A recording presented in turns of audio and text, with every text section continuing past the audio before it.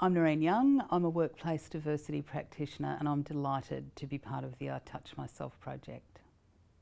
I'm a 70s kid who loved Cleo and Dolly Doctor and knowing all about my body. I think we lack that a bit these days.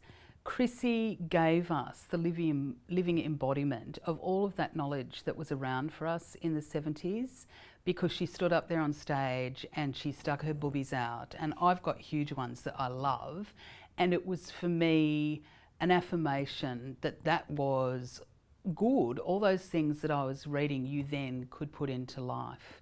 In terms of the project, I think to have gone from Chrissy telling us about our boobies in that way to thinking about them in the health sense is really important. My sister-in-law had breast cancer last year. She's fine now, but it really gave me a kick in terms of how close it can be, how many women it touches. She's the most extraordinary woman I know, and her having gone through that has been a lesson to us all.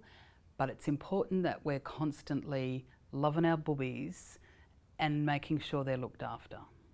Well, my sister-in-law was in her 20s and on her third pregnancy when she was diagnosed, and evidently that's very common.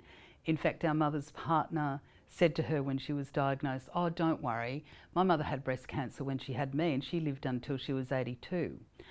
So I think, yes, over 40 has been the focus, and I suppose that's women of my generation, but it is something that does hit younger women, as evidenced by my sister-in-law, and I think you all need to be, you young women out there, looking after your boobs as well.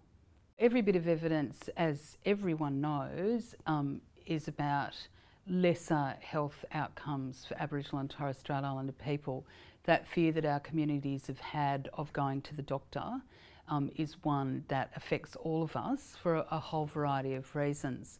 We have to get checked up. Dr. Welby, Marcus Welby, as my sister says, go to the doctor, go to your AMS. It doesn't matter how old you are. We need to move beyond that fear and work with the community organisations that are working with us in terms of making sure our health is optimum.